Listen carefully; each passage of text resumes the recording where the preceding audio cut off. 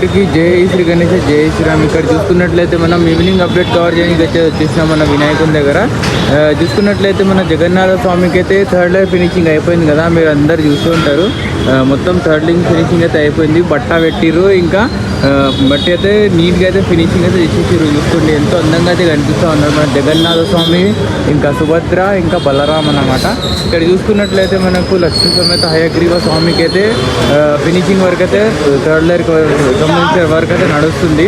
అది ఒకసారి దగ్గరికి అయితే చూపిస్తాం. మన వినాయకుడిని దర్శనం అయితే తీసుకోండి అందరూ ఈవినింగ్ టైంలో అయితే. ఇక్కడ చూసుకోండి గాయస్, మనకు ఇక్కడ క్లే మట్టి అయితే ఉంది, దీంట్లో అయితే ఇసుక మిక్స్ చేసి చూసుకోండి. ఇక మొత్తం సాఫ్ట్ అయితే ఉంది ఇది.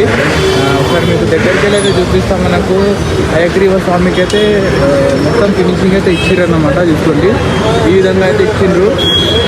మన ఫేస్ కానివ్వండి, మన మాత ఫేస్ కానివ్వండి, చిన్న చిన్న డీటెయిల్స్ అయితే కవర్ చేస్తారు. ఇంకా మనకు కిరీటంకి అయితే లాస్ట్ ఫినిషింగ్ అయితే ఇస్తారు.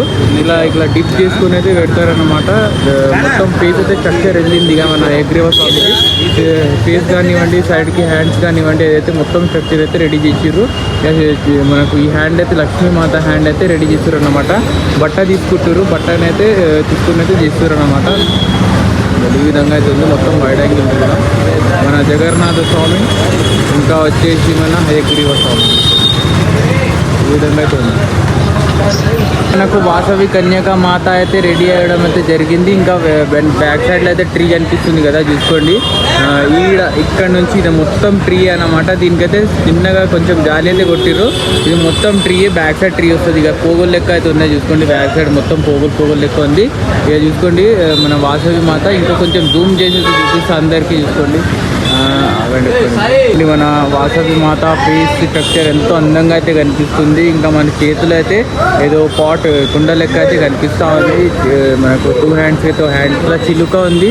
మనకు ప్యారెట్ అయితే ఉంది. ఒకసారి దగ్గరికి వెళ్ళి అయితే చూపిస్తా. ఇవ్వండి ఓ చేతిలో అయితే మనకు ప్యారెట్ వచ్చేసింది, ఇంకో చేతిలో అయితే మనకు ఆయుధం వచ్చింది. ఇక మన కన్యక మాత ఉన్నారు. మొత్తం ఫినిషింగ్ అయితే ఇచ్చిర్రు అన్నమాట. చూసుకోండి పాదాలకు కూడా ఇది ఫినిషింగ్ అయితే ఇచ్చిర్రు. ఇంకా చూసుకున్నట్లయితే మనకు ఈ విధంగా అయితే మొత్తం బట్ట ముక్కలు మన సుత్లీతో బ్యాగ్ ఉంటుంది కదా, ఆ బ్యాగ్ని అయితే ఆరబెట్టుకుర్రు. అది మనకు ఫినిషింగ్ కోసమే పెడతారు అనుకుంటున్నా. కొంచెం ఆరినకి అయితే పెట్టారు, గట్టి ఉంది ఇది.